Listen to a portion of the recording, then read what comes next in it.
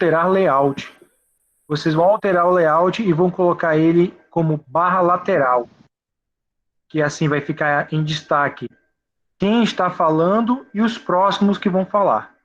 Ou então, quem quiser deixar só mesmo quem está falando, pode deixar na opção destaque.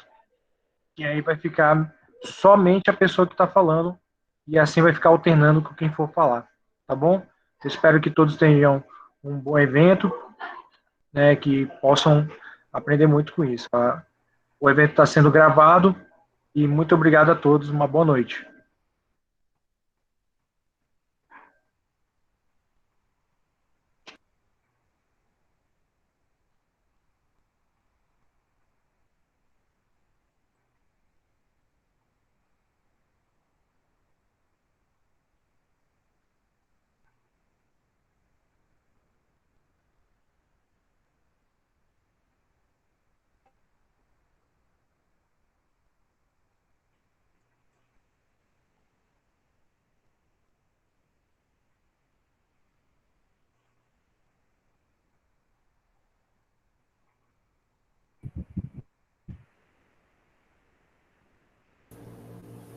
Olá, boa noite. Bruna, o seu microfone.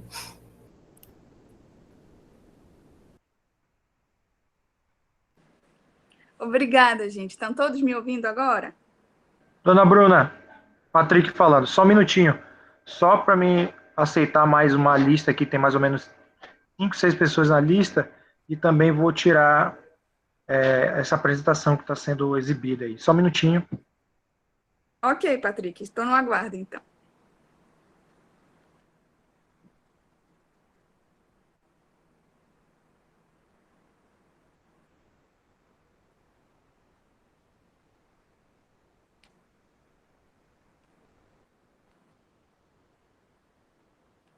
Pronto, dona Bruna. Obrigada, Patrick. Todos estão me ouvindo bem? Sim. Sim? Tá bom. Gente, boa noite a todos e a todas. Sejam muito bem-vindos e bem-vindas à nossa live de hoje, que é Setembro Amarelo, Você Não Está Sozinho. A campanha do Setembro Amarelo é uma campanha que objetiva conscientizar sobre a prevenção ao suicídio. Ela acontece a nível mundial, mas aqui no Brasil ela é realizada desde o ano de 2014. Hoje, dia 10 de setembro, é oficialmente o Dia Mundial de Prevenção ao Suicídio. Mas é importante a gente ressaltar que esse tema ele é um tema que precisa ser trabalhado durante o ano inteiro.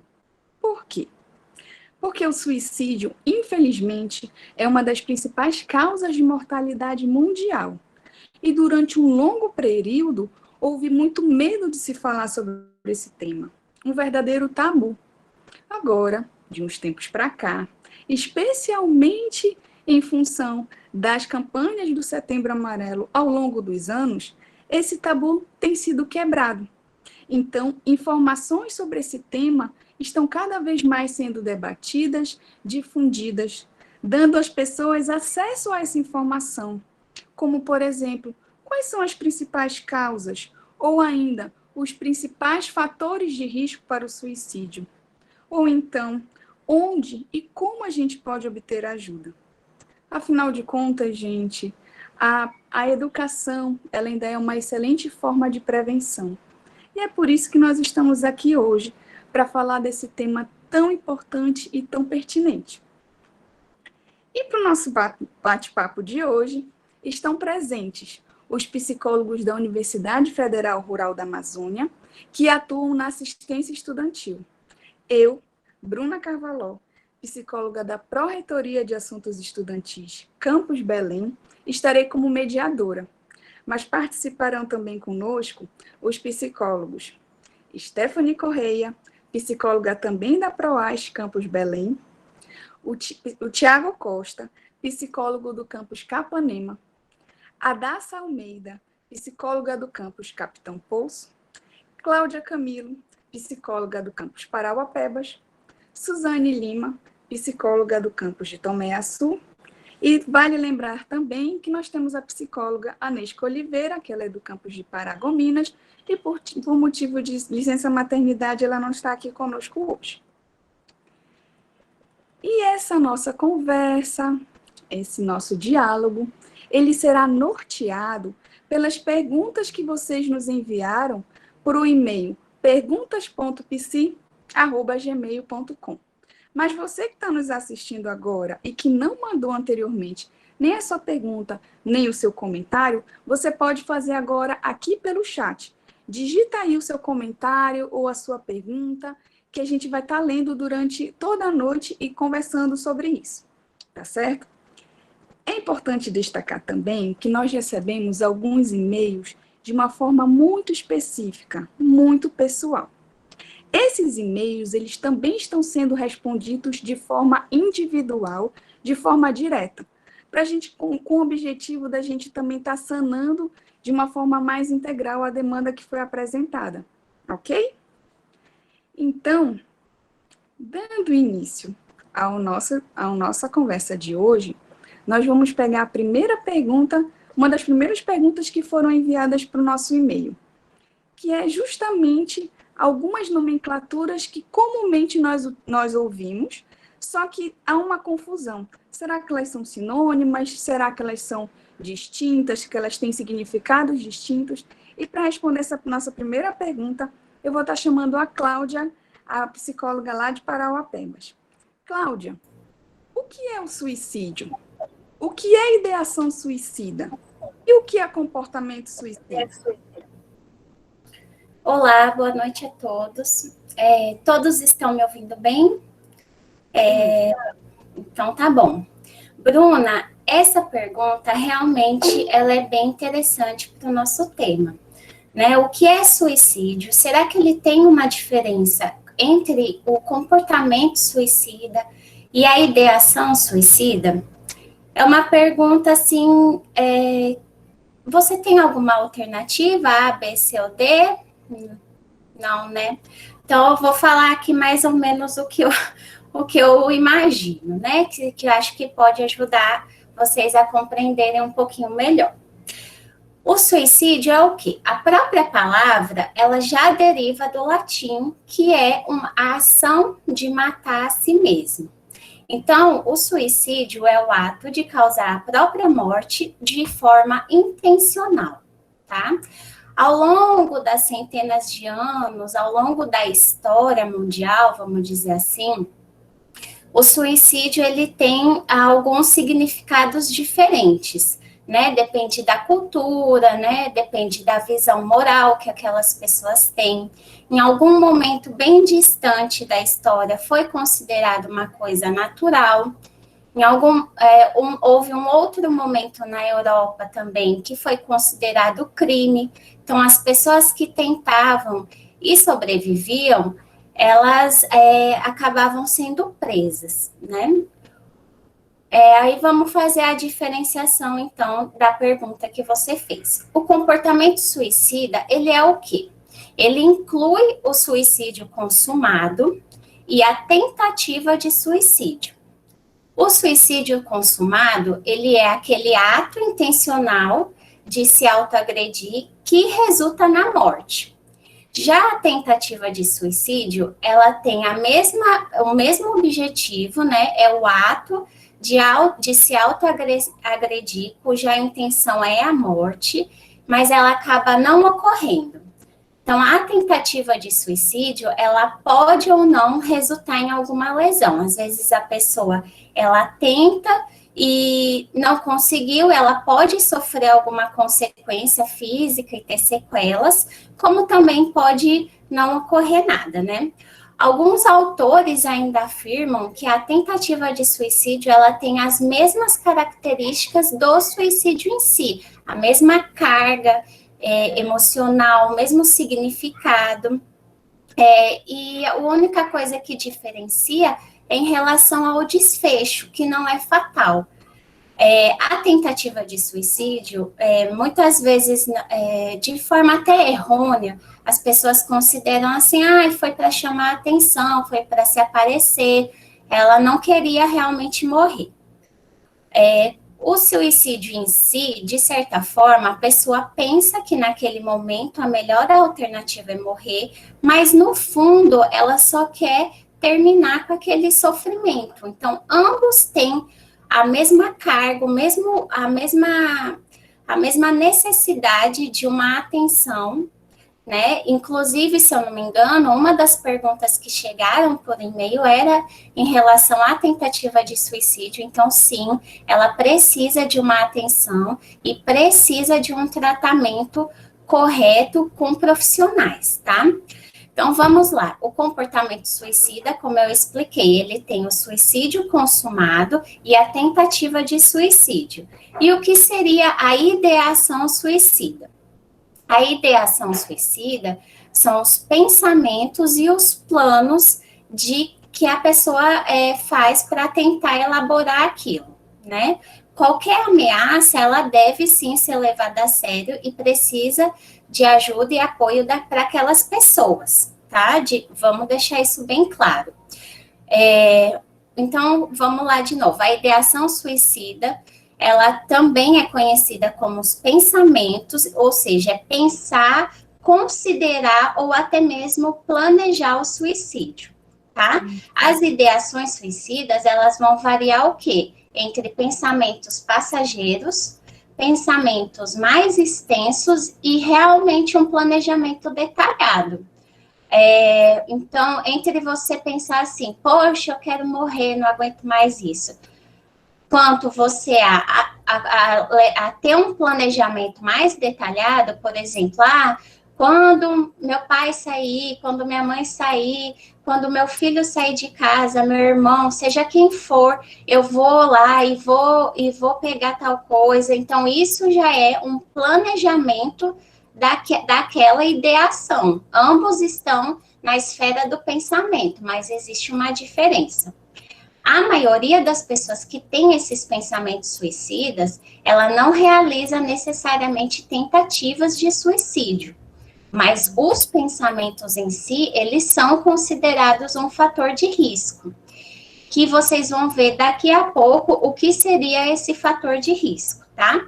Os pensamentos suicidas, eles também são mais comuns entre os adolescentes, mas não significa que todas as idades não possam ser atingidas, tá? E aí você pensa assim, a maioria das pessoas pode ter uma dúvida. Mas eu conheci uma pessoa, ou eu soube de alguém que ela ficava fazendo outras coisas de se machucar. Então, isso seria algum tipo de tentativa de suicídio? Ela se cortava, ela se queimava. Aqui a gente vai abrir um parênteses para a pergunta que você me fez, Bruna. Você me falou sobre comportamento suicida e ideação suicida. Então, vamos abrir um parênteses para o que seria esse tipo de machucado intencional. O nome que a gente dá é autolesão, tá? Autolesão, ela é provocada intencionalmente por aquela pessoa para se machucar, mas ela não tem a intenção de cometer o suicídio. De toda forma, nós estamos falando de comportamentos patológicos, ou seja, que são disfuncionais e estão fora de um padrão considerado normal. Então, de toda forma, para ser dado um encaminhamento para um profissional realizar um tratamento eficaz naquela pessoa, tá? A forma mais comum de autolesão, então, seria o quê? Pessoa cortar a pele, pessoa se queimar, se bater, arrancar cabelo, entendeu? Aí também tem outro caso, né, que as pessoas pensam, aquela pessoa que consome drogas em exagero, que bebe, abusa de substância, ou tem algum distúrbio alimentar. Seria isso também?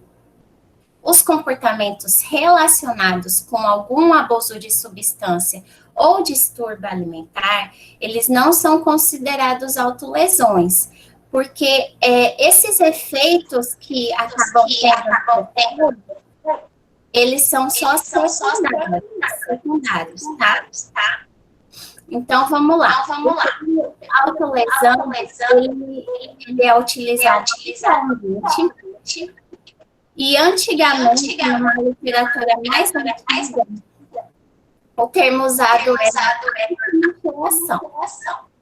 Um instantinho. Ana, você poderia desligar seu áudio, por favor? A Cleudiana de Paula da Silva Prata.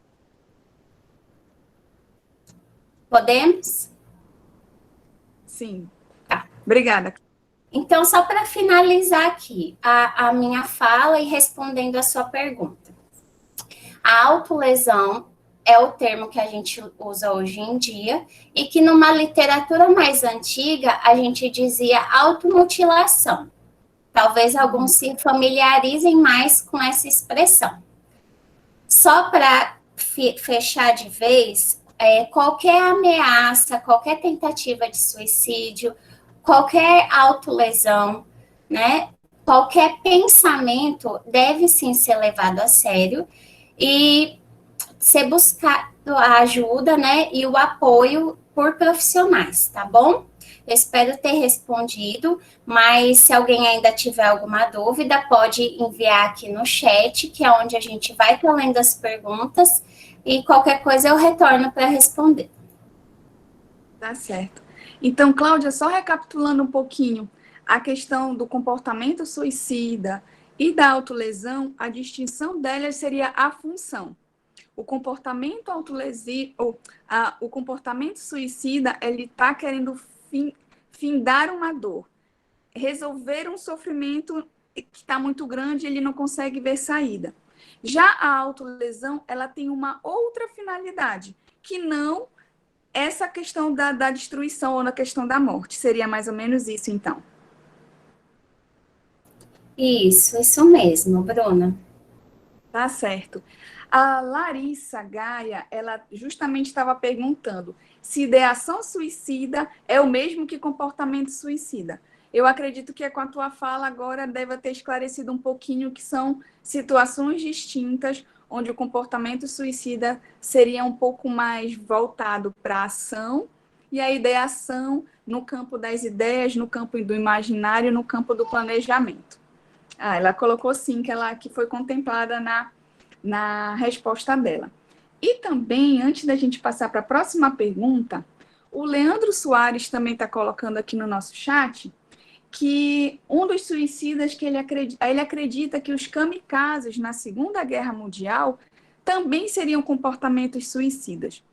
Mas aí, se a Cláudia quiser contribuir com alguma coisa nessa questão, mas eu acredito que a gente precisa olhar sim para a função. Qual é a função daquele comportamento? Será que os kamikazes eles queriam se matar para acabar com o sofrimento? Ou eles tinham um objetivo maior, querendo atingir a destruição de um alvo maior, que isso teria como consequência a sua morte? Então, eu acredito que a gente possa estar pensando pela questão da funcionalidade, né? Não sei se a Cláudia pode também estar nos ajudando um pouquinho aí nisso. Se seria mais ou menos isso, Cláudia? Isso mesmo, Bruna, porque a questão do suicídio, como eu acho que eu cheguei a comentar, a pessoa pensa que naquele momento a solução dela é a morte. Só que não necessariamente é isso que ela quer matar. Não é o corpo dela, é um sofrimento que ela não conseguiu elaborar. Então, é uma questão patológica que ela precisa cuidar. Então, o que você falou é totalmente esclarecedor em relação aos kamikazes, pois eles eu imagino, não tinham esse pensamento, né? Esse sofrimento carregando com eles. Eram objetivos diferentes. Ok. Deixa eu ver se tem mais alguma coisinha aqui. A Dayara Dias também está colocando se tomar diversos remédios para dormir com a intenção de entrar em coma é tentativa de suicídio. Eu acredito que também esteja tudo na questão do rol da intencionalidade. Qual é o objetivo desse comportamento? De qualquer forma, se for uma tentativa, a gente, como tu colocaste, na verdade, todos esses comportamentos, eles precisam ter ser levados com seriedade, nós precisamos ter atenção e estar oferecendo ajuda a todas essas pessoas que emitem, em maior ou menor grau, esses comportamentos. Não é isso? Isso mesmo. Só lembrando que tomar os remédios, né, com determinada intenção, não necessariamente também ele vai caracterizar o abuso de substâncias daquele que eu falei, né, sobre beber demais e tudo mais. Ele pode sim ser uma tentativa de suicídio, e é por isso que é importante ter um acompanhamento. Uhum. E aqui, partindo para agora para a nossa segunda pergunta, que foi enviada por e-mail, é que, de acordo com esses, já que a gente sabe um pouquinho mais sobre os conceitos, do que se trata uma coisa ou outra, o que pode estar levando uma pessoa a tentar ou cometer suicídio? E para essa pergunta, eu vou chamar a Daça Almeida, a psicóloga de Capitão Poço, para estar contribuindo com a gente. A Daça, o que leva uma pessoa a tentar ou cometer suicídio? Boa noite, Bruna. Boa noite a todos e a todas que estão nos escutando, nos assistindo. Vocês estão me ouvindo bem? Sim. Bem, Bruna, essa pergunta é muito importante. E nós precisamos entender que o suicídio ele é complexo e é multifatorial. Não acontece por uma causa única.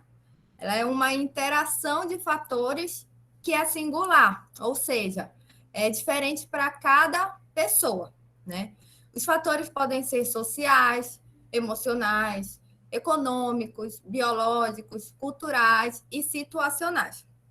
E dentro desses macrofatores, podemos apresentar de uma forma mais clara os seguintes fatores de risco, que podem ser os transtornos mentais, né, como a depressão, o transtorno bipolar, a esquizofrenia, transtornos ligados ao uso de drogas lícitas ou ilícitas, transtornos de personalidade, o histórico pessoal, ou seja, o histórico de tentativa prévia, né, se a pessoa tentou mais de uma vez, e é importante frisar que a tentativa prévia e o transtorno mental são os principais fatores de risco, né? Mas, como eu falei anteriormente, é multifatorial. Eles são os principais, mas não são os únicos.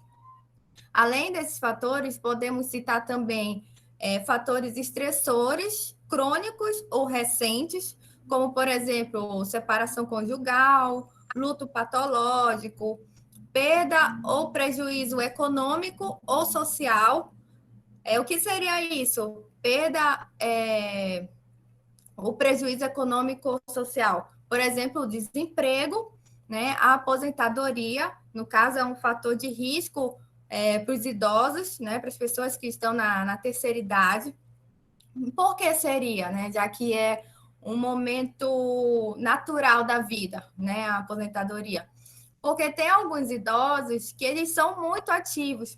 E quando eles se encontram nessa fase da aposentadoria, eles se veem limitados, eles se veem com uma rotina completamente diferente da que eles viviam antes. E, além disso, a renda também reduz, né? E isso faz com que alguns idosos comecem a pensar que eles se sentem inúteis, que eles acham que não podem mais contribuir com a família, e tudo isso vai gerando uma angústia no idoso, e que pode vir a ser um fator de risco para o suicídio. Um outro exemplo também de fatores estressores recentes é o que a gente está vivendo hoje, que é a pandemia, né? Que é uma situação completamente diferente que a gente está vivendo, completamente atípica, porque mudou completamente a nossa rotina, mudou os nossos planos, né, nossos objetivos para o ano de 2020, mudou a nossa forma de se relacionar com o outro, porque a gente está vivendo ainda, né, um distanciamento, então a questão da interação social acaba se reduzindo, e isso para algumas pessoas se torna angustiante, é um sofrimento para essas pessoas, né? Além do desemprego também, que acabou sendo uma consequência da pandemia, as relações familiares também, que às vezes não são tão, vamos dizer assim, saudáveis, e a pessoa teve que ficar confinada na casa com pessoas que ela não se sente bem, e isso traz para ela angústia, né? E isso também pode ser um fator de risco, né? Outros fatores de risco que eu posso falar também são eventos adversos na infância ou na adolescência, né? Por exemplo, ter sofrido maus tratos, negligência, abuso físico, sexual, psicológico, a violência doméstica como um todo, né? Não me limito apenas à criança e adolescente, mas também às mulheres, ao idoso, né? Infelizmente, na pandemia também o índice de violência doméstica contra a mulher, contra a criança, contra os idosos também aumentou bastante, e isso é considerado um fator de risco, né? Além disso, a falta de apoio social ou familiar, né? O uso de dependência de drogas, como eu falei, ilícita ou ilícitas, e o bullying também, né, para a faixa etária dos adolescentes, também é considerado um fator de risco, até mesmo para os jovens, né, que se encontram na graduação. Além disso, também os meios acessíveis, né, de cometer suicídio é um fator de risco. A impulsividade também, né, a pessoa que é impulsiva, né, que age de uma forma imediata, sem refletir, né, que impede a pessoa de pensar em outras possibilidades e, às vezes, sem pensar na consequência também é um fator de risco. A ideação suicida, né, que são aqueles pensamentos que a pessoa começa a ter em que ela começa a ver na morte uma possibilidade para sair de um sofrimento que ela está vivendo, né? E essa ideação suicida, geralmente, ela vem acompanhada de alguns sentimentos, né, que a gente chama de 3Ds. Alguns autores falam 4Ds, né? Quais são esses Ds? Que é a desesperança, o desamparo, o desespero e a depressão, né? Então, e isso tudo geralmente é verbalizado. A pessoa começa a achar que ela não tem mais sentido na vida, ela não tem mais uma esperança de um futuro melhor, ela se sente sozinha, acha que ninguém a compreende, então começa a se isolar, né? Isso são também os fatores de risco e a presença de outras doenças geralmente consideradas aquelas que não têm cura ou que não têm mais chance de cura, né? A pessoa também começa a pensar na possibilidade da morte justamente para não enfrentar aquela angústia, né? Ou até mesmo a dor física, né? Que algumas doenças geram. E um outro fator também de risco é quando já tem um caso de suicídio na família, né? Isso também pode ser um fator de risco. Eu acredito que sejam esses fatores de risco. Espero que eu tenha sido clara, né? E qualquer coisa vocês podem colocar aí no chat que eu vou responder. É isso, Bruna. Tá certo. Adassa, relacionada a isso que você está falando, a Juliana Chanes, eu acho que é assim, Chanes, ela está perguntando aqui. O adolescente que já tentou suicídio uma vez tem maior chance de tentar novamente? Sim, foi o que eu até coloquei, né? Que a tentativa prévia de suicídio potencializa, tem possibilidade sim de tentar novamente. Ok, Adassa. Muito obrigada pelas tuas considerações. E agora nós vamos passar para a nossa terceira pergunta, que foi enviada por e-mail. E para essa pergunta, eu vou chamar a Suzane Lima, a psicóloga de Tomé Açu. Suzane, a Daça nos colocou um pouquinho quais são os fatores de risco, os grupos que talvez estejam mais propensos a cometer esse suicídio. Então, dentro dessa perspectiva, quais são os sinais ou como a gente pode perceber que uma pessoa está com risco de suicídio? Boa noite, Bruna. Boa noite a todos que estão conosco nesse evento. Tá dando para escutar bem, Bruna? Assim, perfeitamente. Sim. Então, voltando um pouco para a pergunta que nos foi colocada, né? Em relação aos sinais, é importante a gente ter claro que nem sempre esses sinais são fáceis de ser identificados.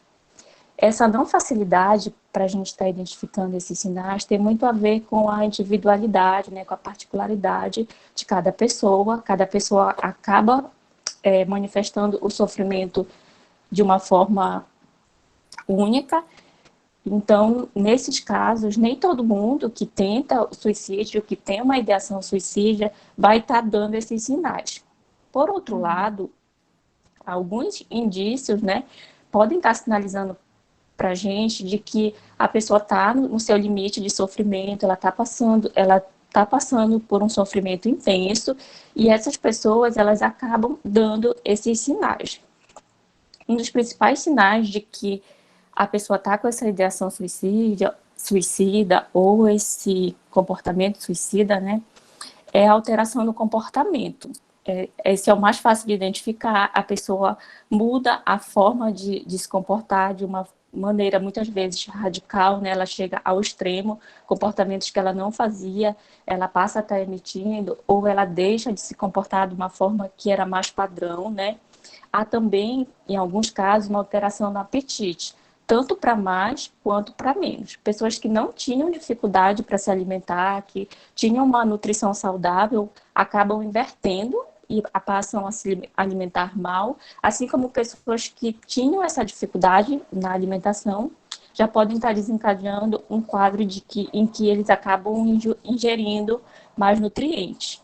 A própria percepção em relação ao autocuidado também se mostra presente nos casos em que há indícios de um possível suicídio, de um comportamento suicida, de uma ideação suicida. As pessoas deixam de lado os cuidados básicos de higiene, da própria apresentação social. Então, tudo isso é importante a gente ficar atento para tentar estar percebendo nas pessoas com quem a gente convive, com quem a gente se relaciona. É comum também em pessoas que têm ideação suicida a questão da apatia. Eles executam a interação social, eles executam o comportamento, mas eles mostram uma certa lentidão, uma espécie de falta de ânimo. Então, outro ponto também é uma alteração corporal radical. Uma pessoa, né, um colega, um amigo que sempre verbalizou gostar de cabelos longos ou gostar de cabelo curto, do nada ele muda o visual dele radicalmente, sendo que é incongruente com aquela proposta de pessoa que a gente já conhece, com aquela proposta de vida que a gente conhece que aquele nosso amigo já está, ou nosso familiar, costuma levar e que ele se identifica. Então, essa mudança muito abrupta na imagem corporal, de como a pessoa se mostra para a sociedade, também é um fator importante para a gente ficar atento. Outro ponto muito importante é a questão do isolamento social. A pessoa acaba por ficar mais retraído, evita convites para sair, muitas vezes ele recusa, outras vezes ele não recusa, ele apenas falta aos encontros. Há um possível desligamento dos grupos, né, uma tentativa de rompimento com esses grupos sociais no qual esse sujeito está inserido. No próprio grupo familiar, a gente consegue perceber um pai que era mais próximo do filho, já busca, no momento em que ele está passando por esse sofrimento, mais um distanciamento. Em relação ao sono, é possível a gente estar observando uma alteração na qualidade desse sono, a questão da insônia, a questão da própria... há um prolongamento das horas de sono também, a própria questão dos pesadelos intensos e recorrentes, em que a pessoa acaba acordando com muito sofrimento. Então, tudo isso pode estar sinalizando para a gente de que algo está errado com essa pessoa, né? Não necessariamente errado, mas que essa pessoa, de alguma forma, está sinalizando para a gente que ela precisa de ajuda. E, às vezes, é essa forma que a pessoa consegue estar comunicando. É muito comum também queixas de dores físicas, né, de dores no corpo, alterações também em relação à memória, assuntos que são recorrentes na vida da pessoa, né, que são do interesse dela. Quando ela se propõe a falar, ela acaba perdendo o raciocínio, como se ela não tivesse uma concentração e uma memória relacionado àquele assunto, sendo que é algo padrão já dentro do que ela gosta de estar conversando. A gente tem também as alterações no humor, que vão desde irritação, os choros, a própria oscilação entre tristeza e alegria. Uma pessoa que antes se mostrava mais triste, assim, passa meio que abruptamente a se mostrar mais comunicativo, mais alegre, e vice-versa. Isso também merece a nossa atenção, né? A própria questão da exposição intencional ao risco, né? A pessoa, de forma intencional, provoca situações em que ela seja colocada em risco, situações como dirigir embriagado, frequentar lugares perigosos, em que a pessoa sabe que o risco da violência urbana é alto, ela se propõe a estar visitando esses espaços em horários em que ela, de fato, coloca em risco a vida dela, o bem-estar, a autopreservação. É comum também, em pessoas que estão passando por um sofrimento muito intenso, a presença de conflitos, né, muito violento. A pessoa busca resolver pequenas questões de forma bem violenta, né, então ela traz essa violência para a resposta dela, né, para a forma dela de lidar com o mundo. O próprio abuso de álcool e outras drogas também pode estar sinalizando para a gente de que a gente tem um sofrimento acentuado, a gente precisa tentar dar esse suporte. O uso da internet muito voltado para pesquisas relacionadas a suicídio, automutilação. Então, assim, esse comportamento é muito presente entre os adolescentes, então é sempre importante a gente estar tentando, né, fazer esse acompanhamento, se dispor a conversar, caso a gente perceba que esse comportamento está presente. Outros fatores que também são comuns é a verbalização de frases, né, de desesperança, de pessimismo, frases com muito conteúdo de morte, frases com muito conteúdo de suicídio, sendo que conversar sobre suicídio é fundamental. Porém, quando alguém traz esse conteúdo para a gente de uma maneira muito insistente, ela pode estar buscando ali uma válvula para estar colocando para a gente, só que do modo dela, né, do modo dela comunicar o sofrimento, de que ela está precisando de ajuda, de que o suicídio é algo presente nos pensamentos. Então, às vezes é dessa forma que a pessoa consegue comunicar. Só para finalizar, outro comportamento que também é muito frequente na pessoa que está com essa ideação, que está com esse comportamento suicida, é a própria questão da nostalgia. A pessoa, ela se prende muito a momentos do passado, ela se refere a esses momentos do passado como a única possibilidade, o único momento que ela foi feliz na vida. Ela não consegue visualizar a possibilidade de estar construindo esses momentos bons também na atualidade ou no futuro. Todas as falas dela positivas meio que em relação a algo que já passou e que na fala dela geralmente não voltaria mais. Então tem essa questão desse apego mesmo por um passado, onde a felicidade só poderia estar presente lá, a esperança só estava presente no passado. E é comum também a retomada de contato com os amigos muito distantes, meio que num caráter de despedida. A pessoa busca esse contato, não necessariamente buscando uma interação social, mas mais no caráter de se despedir. Seriam ações já nessa tentativa de se despedir. E outros aspectos que podem estar ligados a essa sinalização, né, dessa tentativa de despedida são cartas, frases, bilhetes e as próprias falas de despedidas. Era isso, Bruna, e a todos. Suzane, foi muito esclarecedor, foram vários pontos colocados, tanto para comportamentos não verbais, quanto as sinalizações verbais. E dentro dessa perspectiva, diante desses sinais, diante dessas dicas que a gente pode estar percebendo das pessoas próximas da gente, como ajudar uma pessoa que pensa ou quer tentar ou tenta tirar a própria vida? Então, para responder a essa pergunta, eu chamo o Tiago Costa, lá de Capanema. Tiago, como é que a gente pode ajudar uma pessoa que pensa ou que tenta tirar a própria vida? Boa noite, Bruna. Boa noite a todos e todas. Essa pergunta é uma das perguntas que eu acho assim, mais interessantes e importantes, né? É o que fazer diante do que nós temos presenciado diariamente, né? E assim, a resposta me parece, no primeiro momento, simples e, ao mesmo tempo, muito complexa, porque ela exige muito de nós, né? O que fazer é informação, né? A gente tem que buscar informação.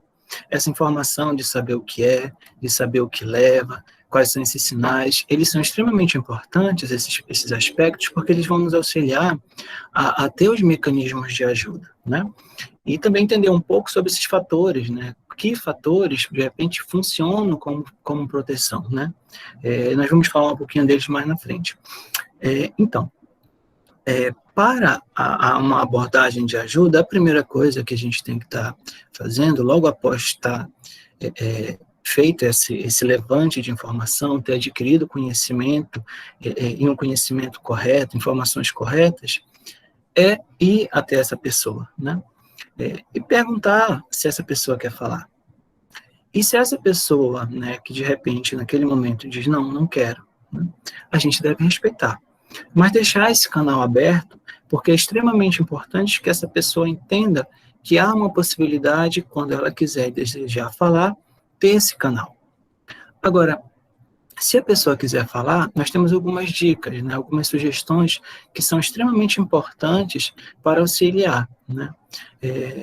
Nesse momento, gente, quando for conversar com alguém, for ouvir uma pessoa sobre esta temática, a gente deve evitar perguntas que levem para respostas de sim ou não, né, ou questões que direcionem para respostas muito fechadas, né?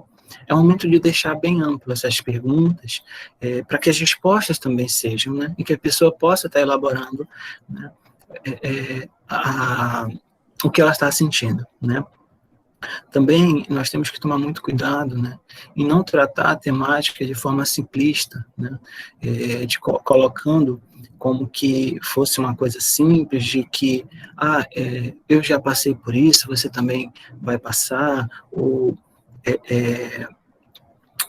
isso é uma coisa, isso é frescura, né, que é uma das coisas mais tristes que se tem de se ouvir, né, que as pessoas às vezes não respeitam a dor do outro, né. Então, são expressões que devem ser evitadas, são comentários que devem ser evitados, porque eles causam grande dor, né. Outras também do tipo, eu não entendo por que você está assim, você tem tudo, né, ou utilizar intervenções de sentido religioso, a falta de Deus. Então, essas questões, elas, além de doer muito mais, ela fecha a pessoa, né? E muitas das vezes acontece um movimento que é extremamente curioso, é que quando a pessoa diz, isso é falta de Deus, ou ela diz, você tem tudo, por que você está assim? A pessoa realmente, né? E a pessoa se fecha. E, de repente, para quem faz esses comentários, pensa que está auxiliando, e, na verdade, não está, né? Então, tem que haver um cuidado, e é o que a gente chama sempre de uma escuta empática, né? Uma escuta em que o outro vai ser o foco, né? Nós não vamos estar, nesse momento, falando de nós vamos estar ouvindo esse outro, o que esse outro tem de dor, e acolher, né? Também, diante dessas sugestões, dessas orientações, a gente tem que preparar um ambiente, né, o espaço para que a gente vá conversar com essa pessoa. Então, deve ser um espaço em que seja silencioso, um local tranquilo, né? Não haja um limite de tempo, né? Você vai conversar com alguém sobre uma temática tão delicada, nós temos que ter um espaço tranquilo, mas que não seja um espaço em que vai ser corrido, né? Então, deixa a pessoa falar. Eu não vou utilizar-me como referência, mas eu vou escutar, vou estar aberto para essa pessoa, não vou julgar o que ela tem, muito menos menosprezar a sua dor, porque ela está sentindo dor, e a gente tem que aprender a entender a dor do outro sem julgar, né? E na escuta, quando nós formos ouvir essa pessoa, que é a parte mais importante, ela deve ser uma escuta ativa, né? Não é uma escuta em que eu vou estar querendo dar solução para a pessoa, não é essa a finalidade, mas é uma escuta de acolher a dor que aquela pessoa está sentindo, né?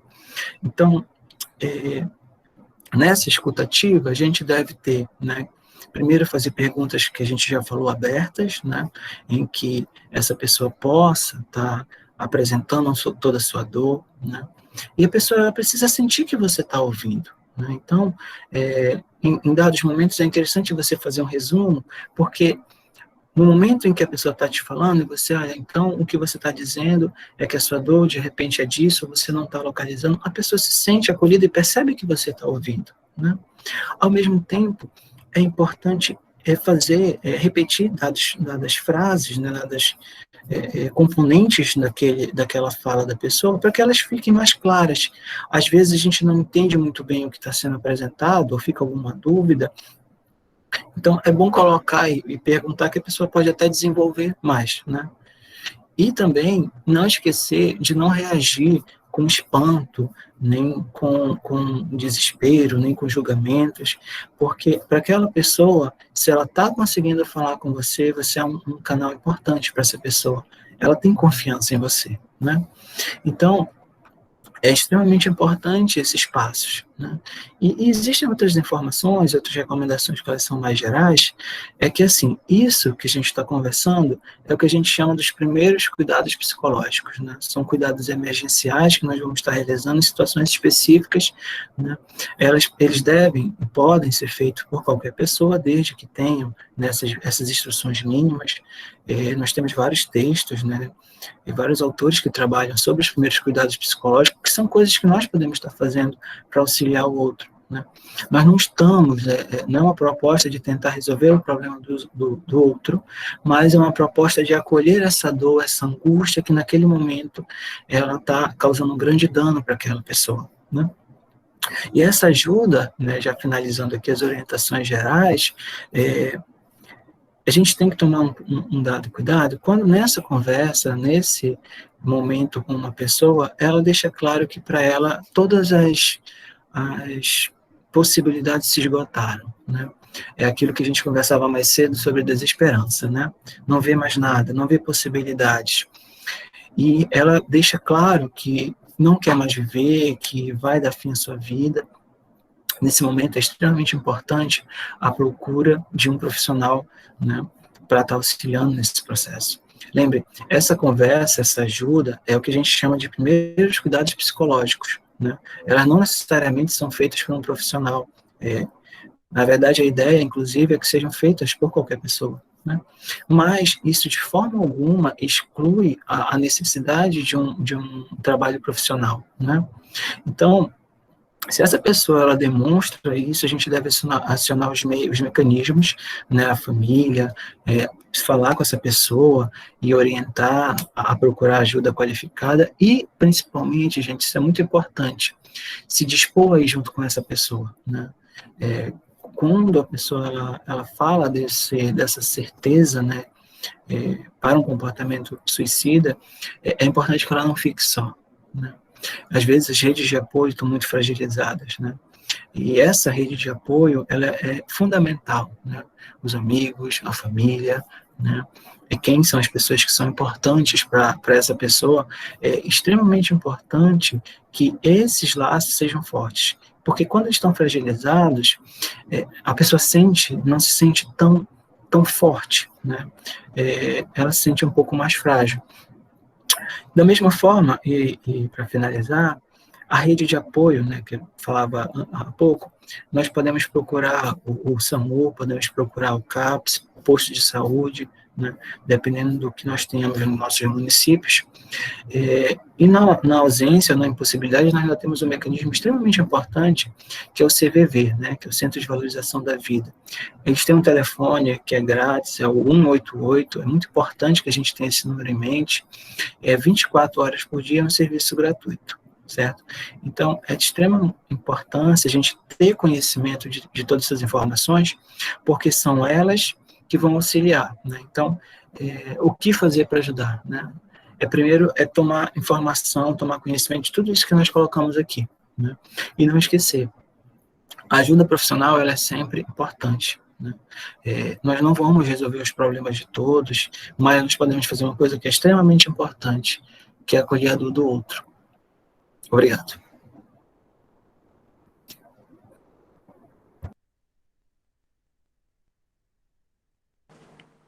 Agora. Obrigada, Tiago.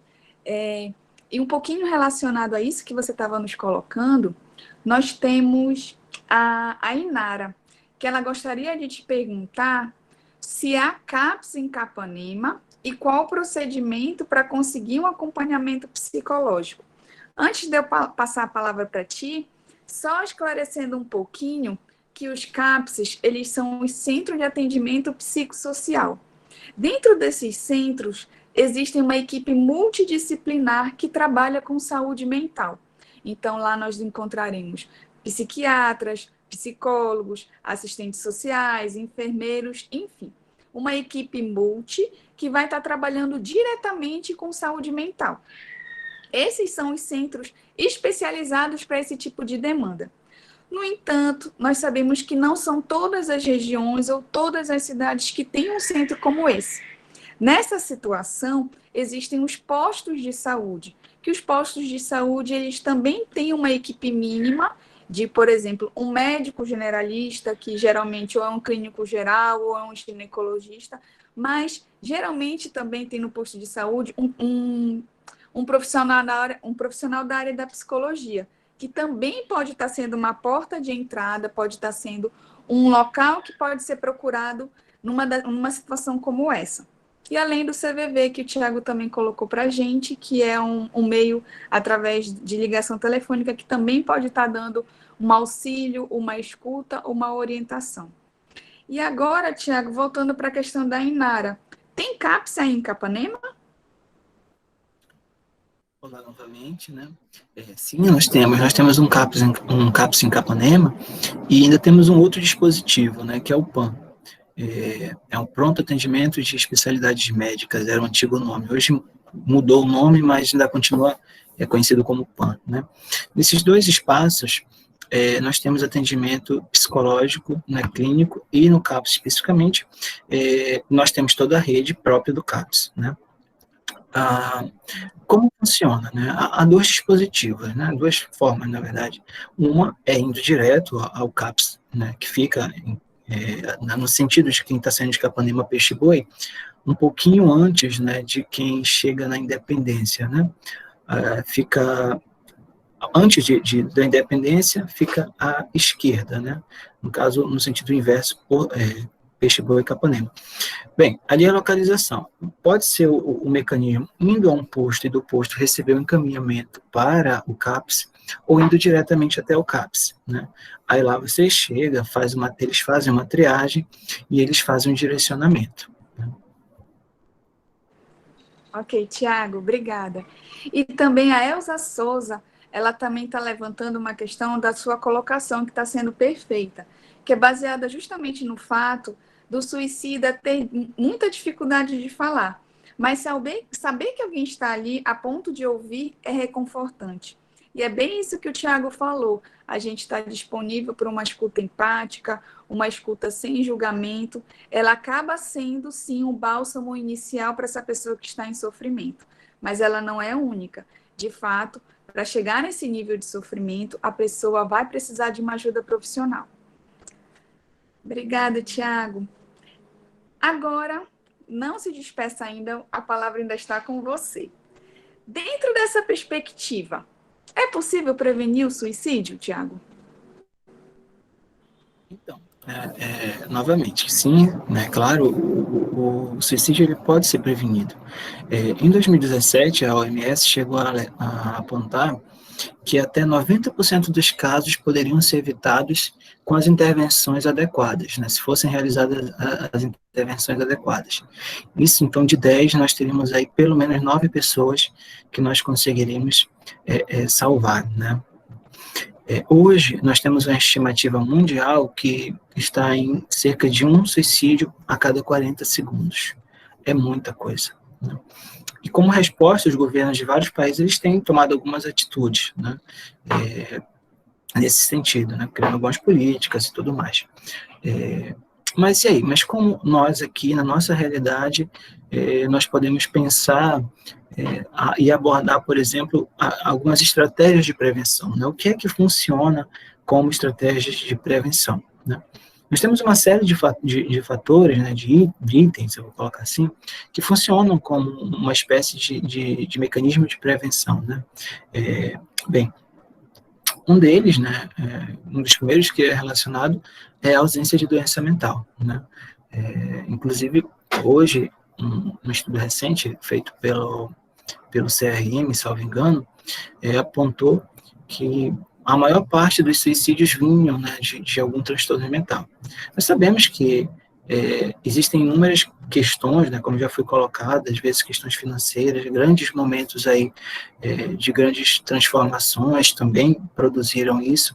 Então, embora os transtornos mentais sejam um fator que esteja relacionado ao suicídio, ele não é único, né? Então, mas de toda forma, a ausência dele acaba sendo um fator protetivo, né? Da mesma forma, uma autoestima elevada também funciona como um fator, né, de proteção, né? Também um bom suporte familiar auxilia, né, ajuda muito. A capacidade de adaptação, né?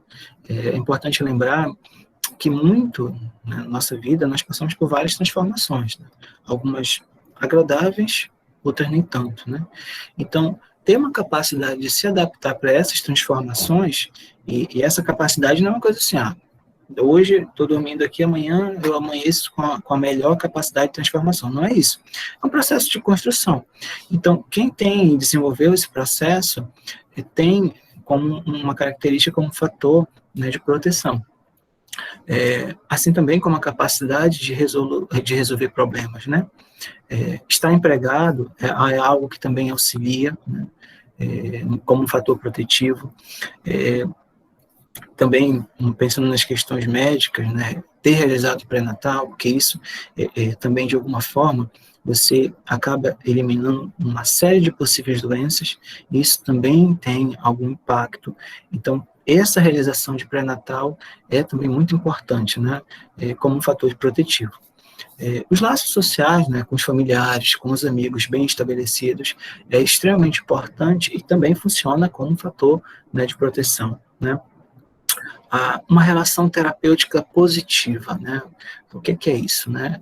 Quando da relação entre o cliente e o seu terapeuta ali, você acaba tendo uma boa relação, né? Isso, inclusive, foi uma das perguntas que nós tivemos, em que alguém falava justamente que tinha uma relação com um lado terapeuta, e esse profissional não estava tendo uma boa relação entre eles, e a pessoa nos perguntou se seria uma opção trocar, se todos iriam agir da mesma forma. Nem não vão, né? Primeiro que nós, dentro da psicologia, nós temos várias formas de trabalhar, né? E mesmo essa forma de trabalhar, ela varia um pouco conforme cada profissional. Então, se de repente a gente não está tendo uma boa relação com o profissional, é muito válido a gente substituir, né, vir com outra pessoa para que mantenha uma boa relação, e aí sim, gente, o processo, ele se torna como um fator protetivo, e o processo caminha muito mais fluido, né? É importante que a gente esteja com um profissional que a gente se sinta bem também, né? Isso independente até de abordagem, isso independente até do conhecimento da pessoa, às vezes é o que a gente chama do rapport, né? E ele é fundamental, né? Dessa boa relação entre o paciente e o terapeuta, entre o cliente, enfim.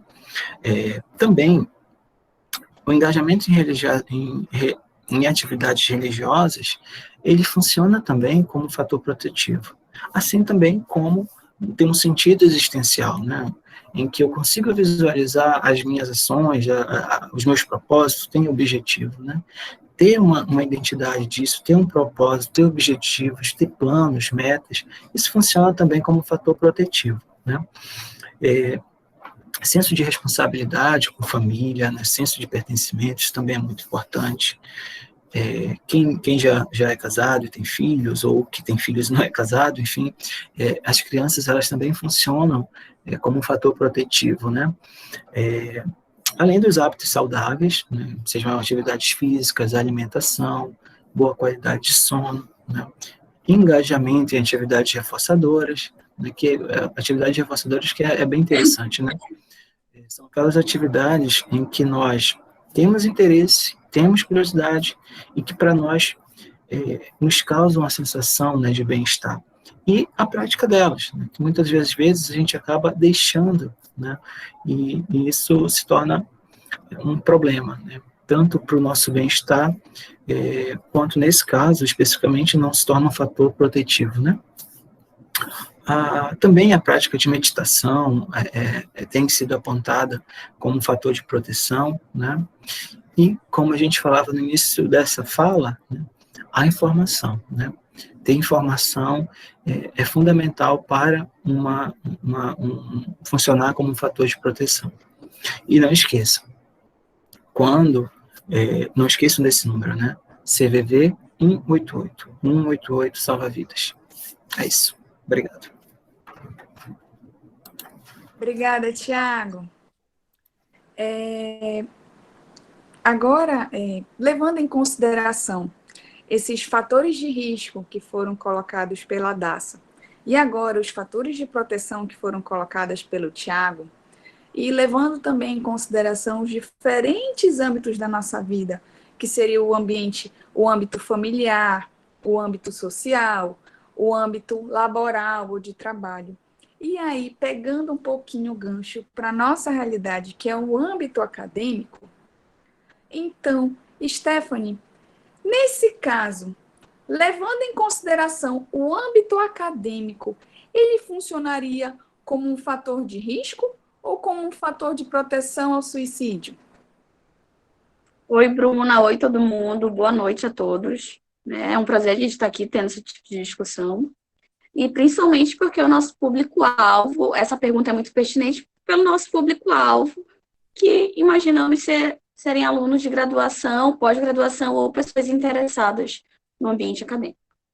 E aí, essa pergunta, como a gente já falou aqui, os fatores de risco e de proteção para o suicídio são multifatoriais. E o ambiente acadêmico, ele pode funcionar como ambos, né? A gente ainda tem pesquisas, muito poucas pesquisas recentes, fazendo a relação entre o suicídio e o ambiente universitário. Entretanto, sabe-se que a maior parte da população que comete suicídio está na idade entre jovens e adultos. E a gente também tem dados de que, de 2017, que de 15% a 25% dos alunos de graduação e pós-graduação, eles desenvolveram algum tipo de adoecimento mental, principalmente a depressão. E aí a gente tem que pensar quais são as variáveis e os fatores que podem estar relacionados, por exemplo,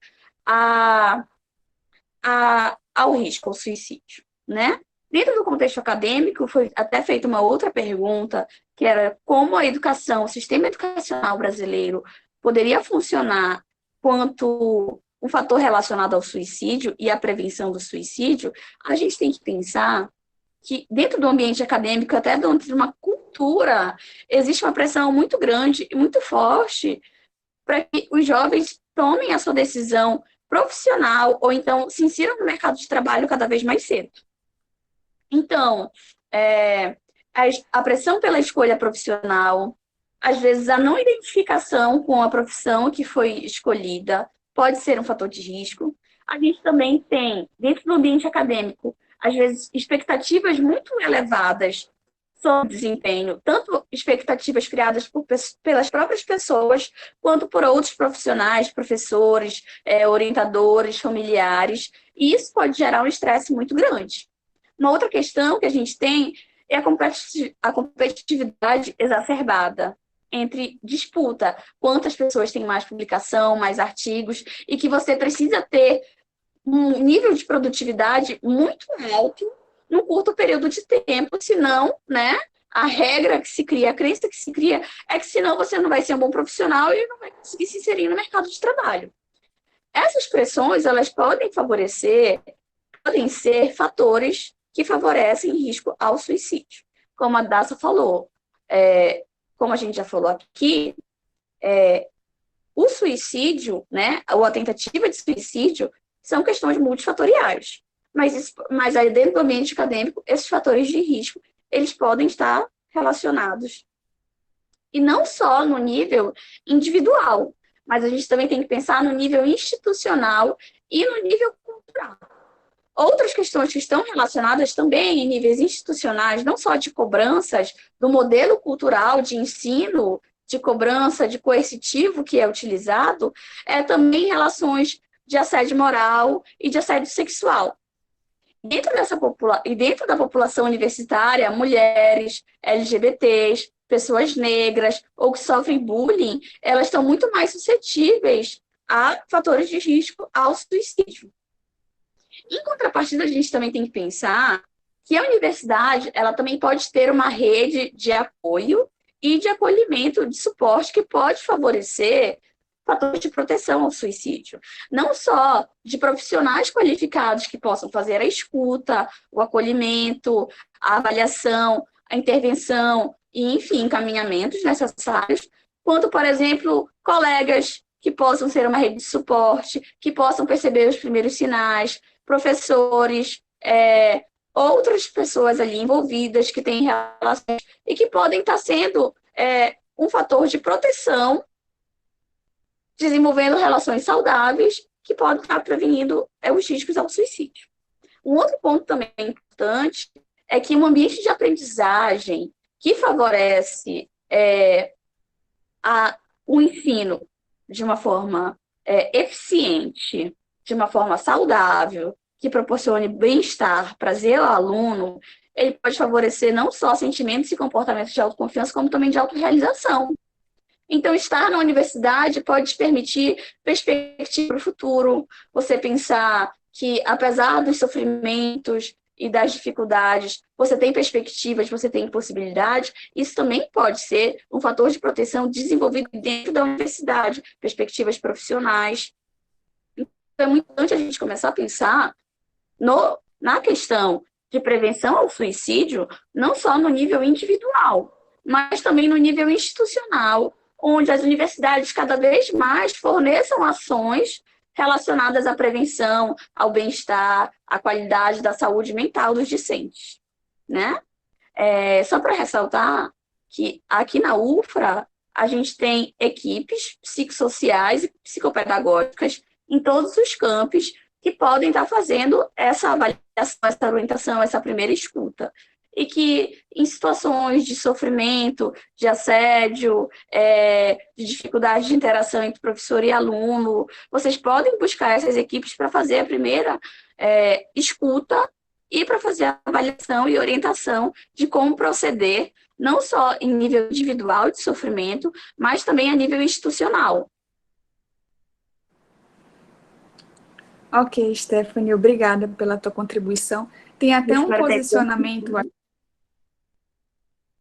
Tem até um posicionamento aqui do Wagner Gomes, que ele coloca que está muito relacionado a isso que você está colocando. No âmbito acadêmico, o auxílio dos psicólogos da UFRA no apoio ao paciente discente vai até que nível? Quando o caso do aluno é repassado para outro profissional fora da instituição, é devido ao caso excepcional desse discente?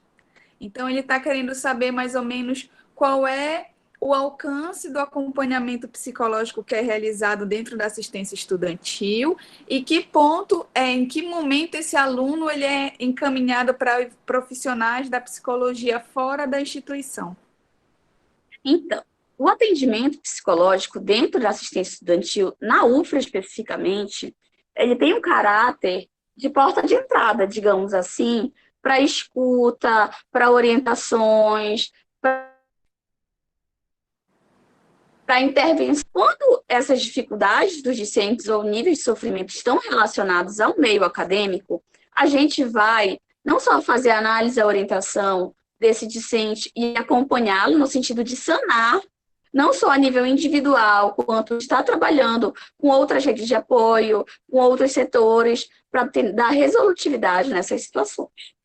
Mas a gente também tem o papel de oferecer, como eu falei, a primeira escuta, de ser porta de entrada. Se você está em um nível de sofrimento, está em dúvidas, tem algo incômodo, e que isso não diz respeito necessariamente à tua vida acadêmica, a gente também está aqui para fazer essa escuta, né?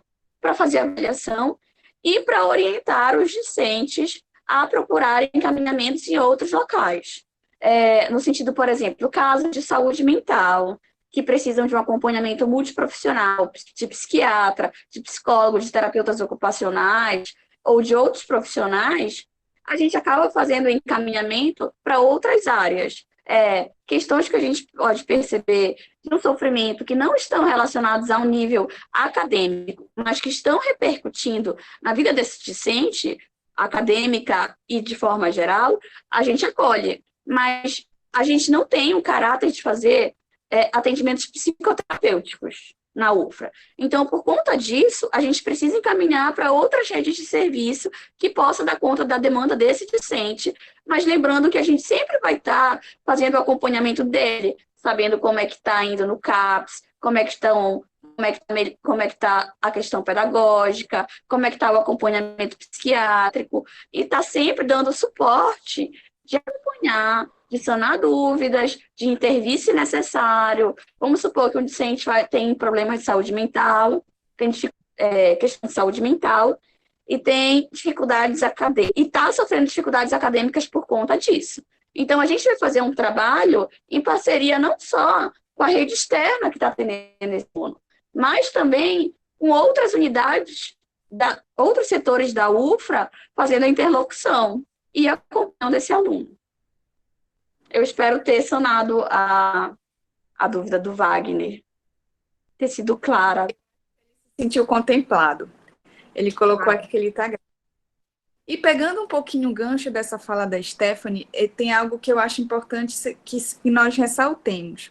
É que, mesmo durante a pandemia, mesmo com a suspensão das nossas atividades presenciais, a equipe psicológica da UFRA, que faz acompanhamento ao discente, ela continua fazendo essa assistência. Só que agora nós estamos realizando essa assistência de forma remota. Então, para isso, nós disponibilizamos os nossos contatos, todos os profissionais da psicologia de todas as unidades da UFRA, de todos os campings, disponibilizaram seus contatos, que a gente continua fazendo acompanhamento, a escuta qualificada, orientação, encaminhamentos, todos os procedimentos que nós fazíamos de forma presencial, só que agora nós estamos realizando de uma maneira remota, justamente para estar dando o mínimo de auxílio para os nossos estudantes que estão passando, todos nós estamos passando por essa situação dessa pandemia, uma situação tão delicada e que está trazendo tantos desdobramentos para a nossa vida. Então, eu vou aproveitar a oportunidade, vou até pedir para o Patrick, que está dando o nosso suporte aqui, para também disponibilizar no chat os contatos de todos nós, que aí você, discente da UFRA, que está precisando de alguma escuta, está precisando de alguma orientação, está encontrando alguma dificuldade, apresentando alguma dificuldade, veja o psicólogo que é do seu campus, veja o contato dele, entre em contato conosco que nós estaremos disponíveis para você, ok? E tiveram algumas outras situações, algumas outras perguntas que vieram bem pontuais no nosso e-mail e que eu vou estar chamando a Cláudia novamente para estar conversando conosco. Uma das perguntas, elas estavam querendo saber um pouquinho mais, ter um pouquinho mais de informação sobre o que seria a pós-venção e também sobre o projeto Ponto e Vírgula. Então, para dar uma orientação, para dar um esclarecimento para a gente nesses dois pontos, eu chamo novamente a Cláudia, lá de Parauapebas, para estar conversando um pouquinho conosco. Pois então, né? Novamente, oi para todos. Alguns chegaram depois, né? Mas não tem problema. O importante é que todos que estão aqui têm interesse no tema. O que seria, então, vou começar com o que seria a pós-venção. Pós-venção, ele é o trabalho feito com os sobreviventes. Quem são os sobreviventes? São principalmente os familiares, os amigos, as pessoas que conviviam com aquela pessoa que cometeu o suicídio. É toda a comunidade que foi impactada por aquele ato. Pode ser um colega de trabalho, né?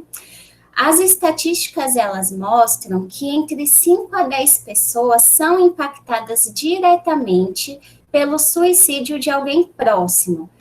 Em uma escola, em uma universidade, esse número pode... O que foi? Tá tudo bem? Tá.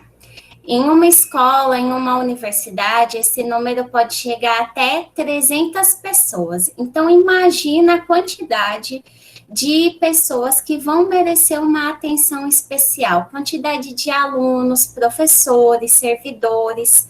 Esse nome pós-venção, ele é especificamente para esses sobreviventes, para essas pessoas enlutadas pelo suicídio, porque elas costumam ter um luto mais longo e mais difícil, né?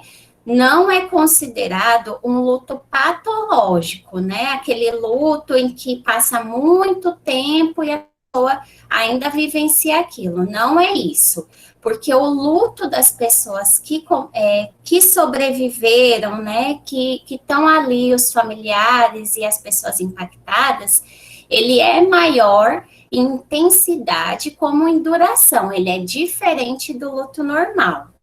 Por quê? Porque existe, de certa forma, muita dificuldade em compreender os motivos e a atitude em si, né? Os familiares, eles se sentem muitas vezes abandonados e se questionam o porquê da pessoa nem sequer ter pensado nelas. E também, muitas vezes, elas ficam com raiva daquilo, né? Porque acaba o quê? No suicídio, a dor daquela pessoa que estava sofrendo e que cometeu aquilo, aquela dor acaba sendo transferida para quem ficou. Existe muita vergonha, a culpa de falar do assunto, né? O afastamento que a pessoa tem em relação às pessoas que convivem, porque existe tudo isso, todos esses sentimentos, o afastamento da comunidade ali que os sobreviventes sempre estão. Justamente existe o afastamento de ambas as partes, né? Da comunidade com aqueles sobreviventes e vice-versa, porque é algo que as pessoas não sabem lidar muito bem. O que elas vão falar, mas é essencial o apoio para quem ficou. Tanto para quem ficou, os familiares, como a própria pessoa depois de uma tentativa de suicídio, né? Da forma, as pessoas elas refazem suas vidas, mas isso demora, leva tempo, né? Os sobreviventes, o que acontece? Eles sofrem muitos impactos, porque tanto a família pode estar lutando há muito tempo com os comportamentos daquela pessoa que se matou, poderia ter algo ligado a transtorno mental, algo a dependência de drogas, enfim, já poderia ter tido outras tentativas, então a família já pode vir de um caminho muito desgastado, já pode estar fragilizada, e ainda passar por esse momento de luto fica mais complicado. Mas também muitas famílias são pegas de surpresa e elas se sentem assim totalmente algo inesperado, elas não imaginavam. Então vem aquela crise que a gente fala, a crise do e se? E se eu tivesse feito isso, e se eu não tivesse feito aquilo? Né? Por que aquela pessoa se matou? Será que a gente não fez o que a gente devia, né? Será que a gente não soube ver o sofrimento daquela pessoa? Os familiares muitas vezes podem ficar até com raiva, né? Como é que ele fez isso com a gente? Por que ele fez isso? Não pensou o quanto que a gente ia sofrer? Então as pessoas acabam não entendendo, né? Ficam procurando um motivo e procurando um sentido.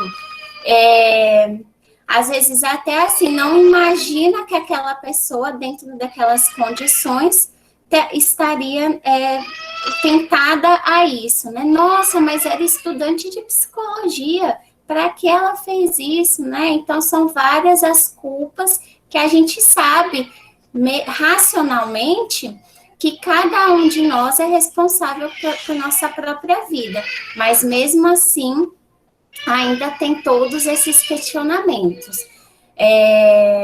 Por isso que é importante evitar o silêncio, né? As pessoas, elas precisam falar, elas precisam ser ouvidas e elas precisam de um encaminhamento médico ou terapeuta. ou terapêutico, justamente porque o índice de tentativa de suicídio nos sobreviventes é bem maior do que em outras pessoas. Então, como eu falei no início, entre 5 a 10 pessoas são impactadas pelo aquele ato, né, de quem cometeu um suicídio. Aí, levando em conta a sua outra pergunta, né, o que seria o projeto Ponto e Vírgula, que também foi o encaminhamento de uma pessoa por e-mail. O projeto Ponto e Vírgula, ele vem do inglês, né, que seria o The Semicolon Project, que semicolon em inglês, ele é justamente ponto e vírgula. Ele nasceu de uma movimentação nas redes sociais em 2013, mas diferente de outras tendências aí que a gente vê de modinha, né? Coisas que vira e mexe surge desafios, né? Videozinho e tal. Ele tem um significado muito sério e importante por trás. Os próprios integrantes desse movimento, eles sugerem o quê? Que significa o quê? Ele mostra amor e esperança para quem tem tendências depressivas e suicidas, né? Então, a ideia original é que o quê? Quem se identificasse com esses objetivos, né? Amor e esperança, quem tem essas tendências depressivas e suicidas, desenhasse um ponto e vírgula em algum lugar do seu corpo e pudesse compartilhar. Então, isso acabou sendo transformado em tatuagens, né? Seria mais ou menos um desenho assim, vocês estão vendo? Eu fiz aqui de uma forma para vocês entenderem, é bem simples, é um ponto e vírgula.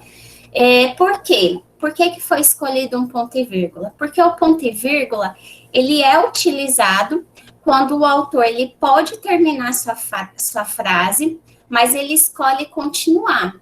Então, se você for ver, ele tem um significado profundo quando ele é aplicado a essa ideia, né? Ali você tinha a opção de parar a sua vida, mas você escolheu continuar. Espero ter respondido a pergunta que chegou por e-mail. Ela realmente foi bem específica, mas é muito interessante para que a gente conheça, né? Tá ok? Tá certo, Cláudia. Obrigada. Gente, vai ser também disponibilizado aqui o link que é o link de avaliação do nosso evento, tá? Então, se vocês, por favor, cliquem no link, deem uma avaliação no evento que nós estamos realizando agora, tá certo? O feedback de vocês é muito importante para a gente. E nós estamos, por exemplo, agora já encerramos as perguntas que foram enviadas por e-mail. E a Larissa está nos perguntando se foi gravado e se vai ser disponibilizado. Sim, o evento está sendo gravado, viu, Larissa?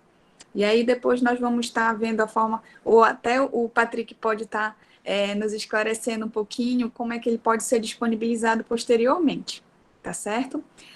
Nós estamos chegando ao final, pelo menos ao final das perguntas que foram colocadas, que foram encaminhadas por e-mail, mas o chat ainda está aberto aqui para algum comentário, alguma pergunta que vocês queiram estar colocando para a gente, ok? A Maristela também colocou aqui que uma ótima explicação, Cláudia, parabéns. Então, eu acho que minimamente deu para a gente sanar um pouquinho sobre as dúvidas sobre esses temas, não é? Gente, então, eu acredito que não tenha mais nenhuma pergunta ou alguma colocação. Eu acho que nós podemos estar colocando para as nossas considerações finais. Então, aproveitando aqui a deixa, eu chamo a Cláudia para fazer alguma consideração final, colocar algum comentário para finalizar aqui o nosso evento, Cláudia. Eu queria agradecer, né, a todos que participaram, por mais que alguns sejam mais conhecidos da gente, eles estão aqui porque eles realmente querem ouvir sobre o assunto, né? É um tema importante, muitas vezes cheio de estigma, né? principalmente ao redor de quem fica ou de quem já tentou, e é por isso que falar sobre isso ajuda muito. A informação, ela é essencial nesse caso. Muito obrigada a todos. Ok. Então, eu passo agora a palavra para a Daça, para as considerações finais. Bem, eu quero agradecer por essa oportunidade, por esse momento, porque falar sobre suicídio é muito delicado, é muito complexo também, mas é necessário. Não tem como não falar, a gente precisa falar. Né? Eu quero agradecer por esse momento também, porque eu acho que talvez a vantagem, vamos dizer assim, né, entre aspas, dessa pandemia foi que proporcionou com que todos os psicólogos da assistência estudantil pudessem, né, ter se reunido para falar sobre esse assunto. Né? Eu fico muito feliz por isso, porque eu acredito que se fosse em outros momentos seria muito difícil, né, pela questão da localização dos nossos campos, né? E eu fico muito feliz por isso. Agradecer pela presença também dos alunos, né, de todos os campos, agradecer pela presença da nossa pró-reitora Iris, né, professora, pró-reitora de Assuntos Estudantis, que está aqui com a gente, né, e é isso, gente, espero poder ter contribuído e esclarecido, né, o que ficou, o que eu respondi, né, aquela pergunta lá sobre os fatores de risco. Muito obrigada, gente. Obrigada, Daça. E agora eu passo a palavra para a Suzane para suas considerações finais. Olá a todos novamente. Eu aproveito esse momento para agradecer a participação de todos, né, que estiveram presentes, que nos acompanharam até o momento, que contribuíram com a participação, com perguntas. Falar também da minha gratidão por estar vivendo esse momento, né, ter a oportunidade dessa discussão junto com os colegas dos outros campos, como a Daça falou. Talvez essa proposta, né, esse evento na modalidade, nessa proporção que a gente realizou hoje, só tenha sido possível em decorrência da situação de pandemia que a gente vive hoje, mas ainda assim a gente conseguiu, né, realizar esse evento muito satisfatório, e é isso. Eu queria também fazer um comunicado aos discentes do campus de Tomé Açu, que eu vou deixar o meu contato no chat e que eles ficassem atentos, pois o meu número telefônico mudou.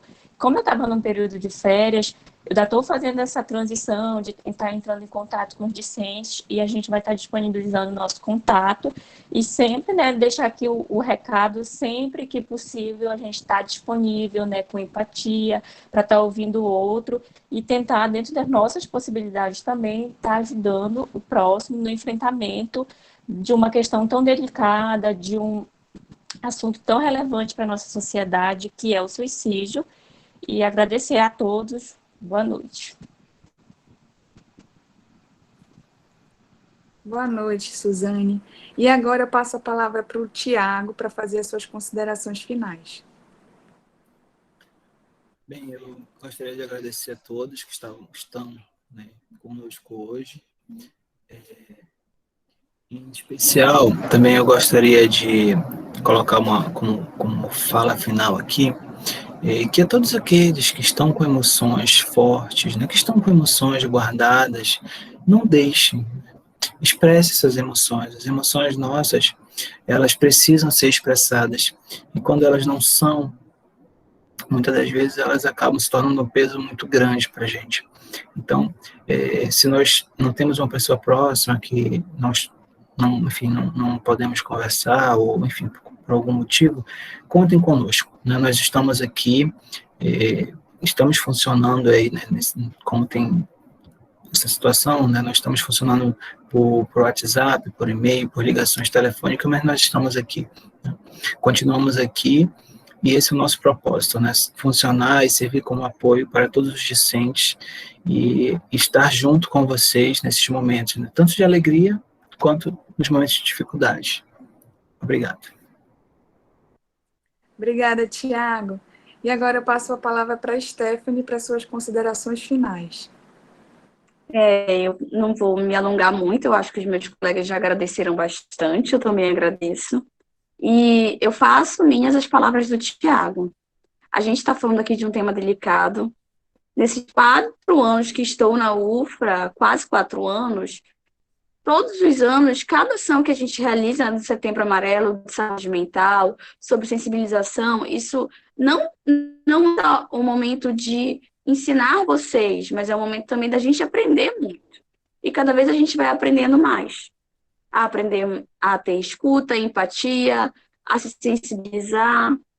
E, assim, a gente está falando sobre suicídio. Suicídio é um ato ou a ideação de alguém pensar em tirar a própria vida por um sofrimento extremo. Mas eu quero dizer que vocês não precisam chegar a um nível de sofrimento extremo. Se estiverem com ideações suicidas, pensando, planejando, nos procurem. Mas se estiverem também incomodados com outras questões, com outros sofrimentos, qualquer tipo de dor é válida. E assim, a gente vê relatos de muitos alunos falando, não, eu sei que tem gente pior do que eu passando por coisas piores. Toda dor é legítima, toda dor é válida, toda dor é importante ser acolhida. Então, não hesitem em nos procurar, tá? Esse é o meu recado. Tá certo, Stephanie, obrigada. E assim, só para finalizar também a fala dos meus colegas, essa discussão não se esgota aqui, né? Eu acho que a nossa proposta inicial é estar conversando, é estar trazendo uma perspectiva sobre o assunto, é estar contribuindo para essa quebra de tabus, né? E entender que esse fenômeno, ele existe, ele é complexo, ele é multifatorial, mas ele também pode ser prevenido, ele também pode ser ajudado, ele também pode ser trabalhado. Então, de uma forma complementar, eu quero dizer para vocês, para você que nos assistiu hoje, pegou um pouquinho da nossa conversa, se identificou em alguma coisa, percebeu que o que nós falamos acabou se encaixando, você acabou se observando dessa forma, como a Stephanie acabou de colocar, nos procure, ou procure ajuda, não só para a gente que faz esse atendimento para os nossos alunos da UFRA, mas nós sabemos que também hoje podem estar o público externo, a população externa. Então, procure ajuda. Você não precisa mais passar por esse sofrimento sozinho. Ou ainda você que estava conosco e acabou observando, acabou analisando e percebendo que alguém próximo a você está com um sinal, está com uma dica, como nós colocamos aqui, se for possível, se proponha a uma escuta empática, a uma escuta acolhedora, e que, se possível, também você possa estar auxiliando essa pessoa a buscar ajuda profissional. Porque, gente, como a nossa live diz, a gente não está sozinho, né? E aproveitando também esse momento, eu quero a oportunidade de agradecer também todos os que estão presentes aqui, tanto da comunidade ufraniana, quanto da comunidade externa. E eu também gostaria de agradecer a toda a equipe da psicologia da UFRA, que trabalha com assistência estudantil, que de uma forma planejou, de que contribuiu e que está aqui presente hoje, trazendo um pouquinho dessa discussão. Mas também nós precisamos agradecer de uma forma especial ao Patrick, o Patrick Moreira, que também está dando esse suporte técnico aqui para a gente, proporcionando essa live. Agradecer também aos diretores do CAMP e à professora Iris, que é a pró-reitora de assuntos estudantis, que também autorizaram e permitiram que esse evento acontecesse. E também nós queremos agradecer à Ascom da UFRA, que também confeccionou o nosso folder, ajudou também na divulgação do evento, e também um agradecimento especial a todas aquelas pessoas que, de forma individual, participaram, estavam presentes, tanto na divulgação, quanto mandando seus comentários, mandando as suas perguntas, tanto por e-mail ou pelo chat. Tá certo? Dessa forma, nós encerramos aqui o nosso evento de hoje. Boa noite a todos e a todas. Esperamos que vocês estejam bem e até um próximo momento.